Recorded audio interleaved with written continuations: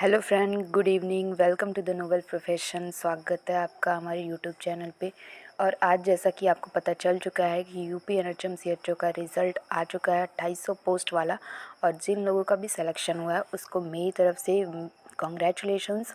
और आज हम इस टॉपिक से रिलेटेड बहुत सारे डाउट्स क्लियर करने वाले हैं, जिसका टॉपिक मैंने मेंशन किया है। एक एक चीज़ को डिटेल में समझेंगे कि रिज़ल्ट का क्या इवैल्यूएशन हुआ है, किसका सिलेक्शन हुआ है और किसका सिलेक्शन नहीं हुआ है, क्या वेटिंग लिस्ट आएगी कि नहीं आएगी, और जिनका इसमें नाम नहीं आया है तो उनका सिलेक्शन नहीं हुआ है तो वो आगे क्या कर सकते हैं, और इस एग्ज़ाम में कितनी कट ऑफ बनी थी और क्या इंडिविजुअल रिजल्ट आएगा या फिर नहीं आएगा।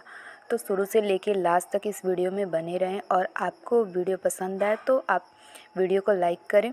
तो सबसे पहले हम डिस्कस करने वाले हैं कि इस एग्ज़ाम का जो रिज़ल्ट बना है तो किसी को भी समझ नहीं आ रहा है कि किस बेस पे, क्या आपकी कट ऑफ थी, किस बेस पे ये रिज़ल्ट बनाया गया। पहली बात तो आप लोगों ने जिसका भी रिज़ल्ट निकला हुआ है तो उन लोगों ने उनका तो ठीक है, लेकिन जिसका सिलेक्शन नहीं हुआ है उनके नंबर अच्छे हैं।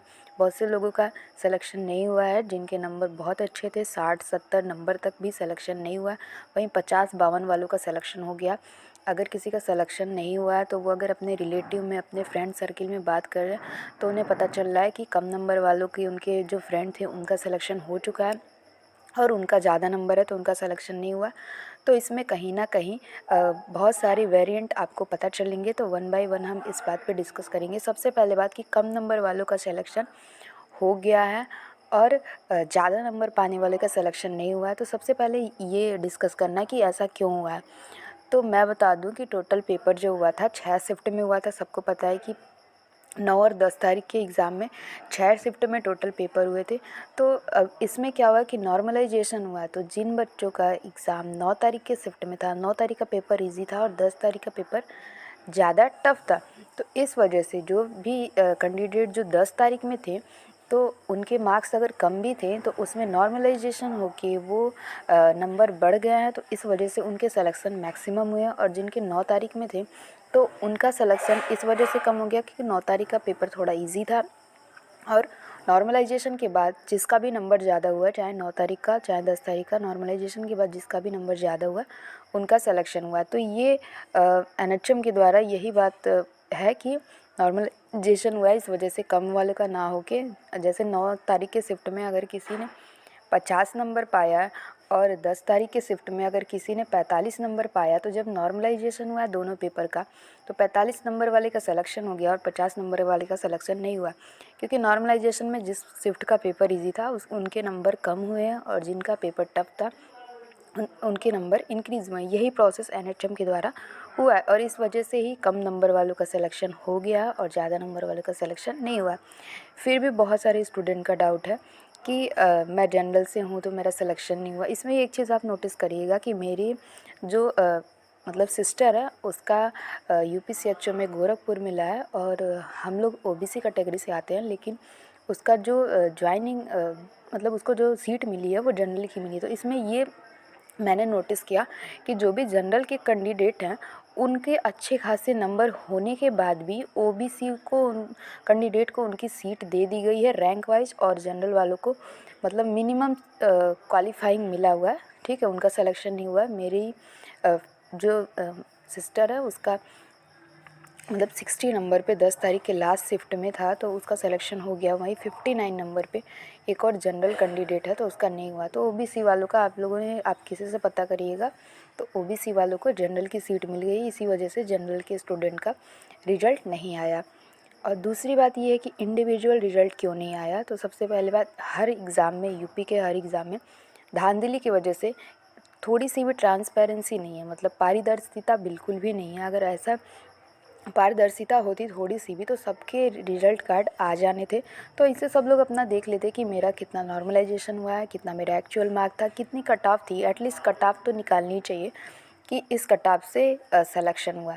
तो ये सारी चीज़ें भी बिल्कुल छुपे तरीके से हुई है। कुछ भी इस वैकेंसी में कुछ भी क्लियर नहीं किया गया कि मैंने जो आंसर की भी थी वो भी नहीं आई है सेकंड वाली, कि जो ऑब्जेक्शन किए थे उसमें कितने मार्क्स मिले। आप खुद ही सोचो कितने धांधली हुई है, इस वजह से ऐसा हुआ है। ठीक है, अगर साफ़ सुथरा रिजल्ट इन्होंने बनाया होता तो एकदम सबके डाउट क्लियर होते हैं। और दूसरी बात है वेटिंग लिस्ट की, वेटिंग लिस्ट आएगी कि नहीं। तो जाहिर सी बात है वेटिंग लिस्ट आएगी, क्योंकि अभी जिन लोगों ने आयोग का एग्ज़ाम दिया है तो जाहिर सी बात है सब लोग CHO में बॉन्ड है 2.5 लाख रुपए का। तो 2.5 लाख रुपए का अगर बॉन्ड है तो जिनका UPPSC का पेपर अच्छा हुआ है तो वो लोग एक बार सोचेंगे कि अगर मैंने UP CHO ज्वाइन किया तो 2.5 लाख रुपए का बॉन्ड फिर बाद में प्रॉब्लम कर सकता है। तो इस वजह से बहुत लोग इस वजह से भी UP CHO ज्वाइन नहीं करेंगे। और दूसरा, अगर किसी ने बस एग्ज़ाम ट्राई वैसे ही किया है अपना टाइम पास के लिए तो वो भी लोग छोड़ेंगे। तो इसमें बहुत ज़्यादा लोग तो नहीं छोड़ेंगे, लेकिन आप कह सकते हो कि 500 लोग ऐसे होंगे टोटल मिला के जो मतलब इसको ज्वाइन नहीं करेंगे। तो वो सारी जो सीटें होंगी वो वेटिंग लिस्ट में आएगी। पहली बात तो ये देखो, हर एक एग्ज़ाम में वेटिंग लिस्ट आती है, लेकिन इस बार इसमें कोई भी वेटिंग लिस्ट नहीं आई है। लेकिन अगर इसमें सीटें खाली रह जाती हैं तो वेटिंग लिस्ट आएगी। अगर वेटिंग लिस्ट नहीं आएगी तो नई वैकेंसी आ सकती है। और दूसरी बात ये है कि कट ऑफ कितने नंबर पे गया। तो जैसा कि मेरा इवैल्यूएशन है कि अबव 60 नंबर पे सिलेक्शन हुआ है। कुछ लोगों का 50-54 पे भी हो गया, तो ये नॉर्मलाइजेशन की वजह से हुआ है। लेकिन जो भी सिलेक्शन हुआ है 60 नंबर के ऊपर ही हुआ है मैक्सिमम लोगों का, ठीक है। फिर उसके बाद देखो, वेटिंग लिस्ट के बारे में मैंने बता दिया कि वेटिंग लिस्ट आएगी कि नहीं। तो डेफिनेटली वेटिंग लिस्ट आएगी और 500 बच्चों का लगभग वेटिंग लिस्ट आ सकता है। लेकिन जब इसमें रैंक ही किसी को नहीं पता है कि मैं कितने नंबर पर, तो किसी को भी ये कंफर्म नहीं हो रहा है कि मेरा सिलेक्शन होगा कि नहीं। एक कहते हैं ना कि एक कट ऑफ होती तो हमें पता चल जाता कि मेरा सिलेक्शन होगा कि नहीं। तो कुछ भी कंफर्म नहीं। और UP NHM का क्या है, वेटिंग लिस्ट जारी भी कर सकता है, नहीं भी जारी कर सकता, तो कुछ भी कह नहीं सकते। अब देखिए, जिसका नाम इस लिस्ट में नहीं आया वो क्या करे। तो UP NHM है, आपका अगर नाम नहीं आया तो आप फर्दर कुछ भी नहीं कर सकते हो। ये ऑफिशियल न्यूज़ है। आपके पास यूनिटी होगी, फिर भी इसमें हम कुछ नहीं कर सकते क्योंकि ये फाइनल रिजल्ट है। अगर आपको लगता है कि मेरे नंबर बहुत ज़्यादा हैं और फिर भी मेरा सिलेक्शन नहीं हुआ, और आपके सेम कैटेगरी के सेम शिफ्ट वाले पेपर में अगर किसी का नंबर ज़्यादा आया, तो आप एक बार RTI के द्वारा अपना रिज़ल्ट चेक कर RTI के द्वारा अपना रिज़ल्ट का नंबर जान सकते हैं।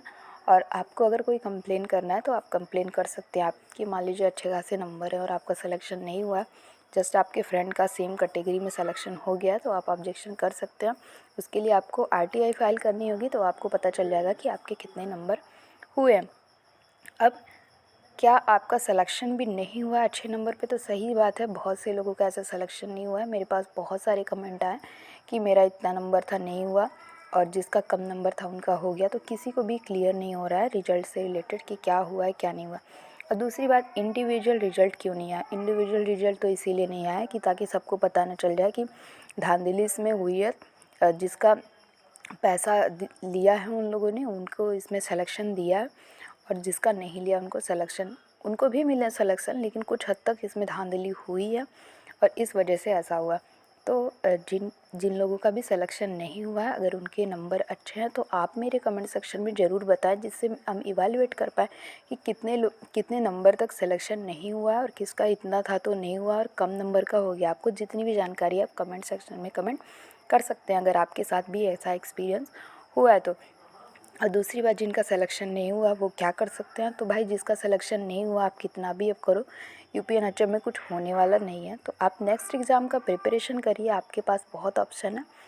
अभी एग्ज़ाम है 4 तारीख को और 11 तारीख को UP NHM का। आप फिर से एग्ज़ाम दीजिए, और जिन लोगों का इसमें हो गया उसको कंग्रेचुलेशन, और जिसका नहीं हुआ तो डीमोटिवेट होने की ज़रूरत नहीं है। आपको नेक्स्ट एग्ज़ाम में भगवान ने आपके लिए उससे भी अच्छे ऑप्शन दिए होंगे। आपके लिए इससे अच्छी पोस्ट मिलेगी, आपका UPPSC में सिलेक्शन हो जाए, आपका नॉर्सेट में सिलेक्शन हो जाए, ठीक है। CHO कोई बहुत बड़ी पोस्ट नहीं है। कि इसमें क्या है कि आपका जो CHO बन जाते हो तो आगे कोई प्रमोशन टाइप का कुछ नहीं है। लेकिन अगर आप UP NHM का जो एग्ज़ाम आने वाला, अगर वो आप देते हो तो उसमें आपको हर साल मार्क्स भी इंक्रीज होंगे, और नेक्स्ट वाला जो UPPSC का एग्ज़ाम होगा तो आप उसमें अच्छा खासा नंबर पा सकते हैं, अगर आपको बोनस पॉइंट मिलेगा तो। आपको मेरी वीडियो कैसी लगी आप एक बार कमेंट सेक्शन में ज़रूर बताएं। और अगर आपका भी सिलेक्शन नहीं हुआ है तो आप मेरे कमेंट सेक्शन में अपने नंबर बताइए और अपनी कैटेगरी, और साथ में ये भी बताइए कि कौन से शिफ्ट में आपका एग्ज़ाम था, ठीक है। Thank you so much. अगर आपको ये वीडियो अच्छी लगी तो प्लीज़ आप मेरे चैनल पे कमेंट ज़रूर करें। Thank you so much.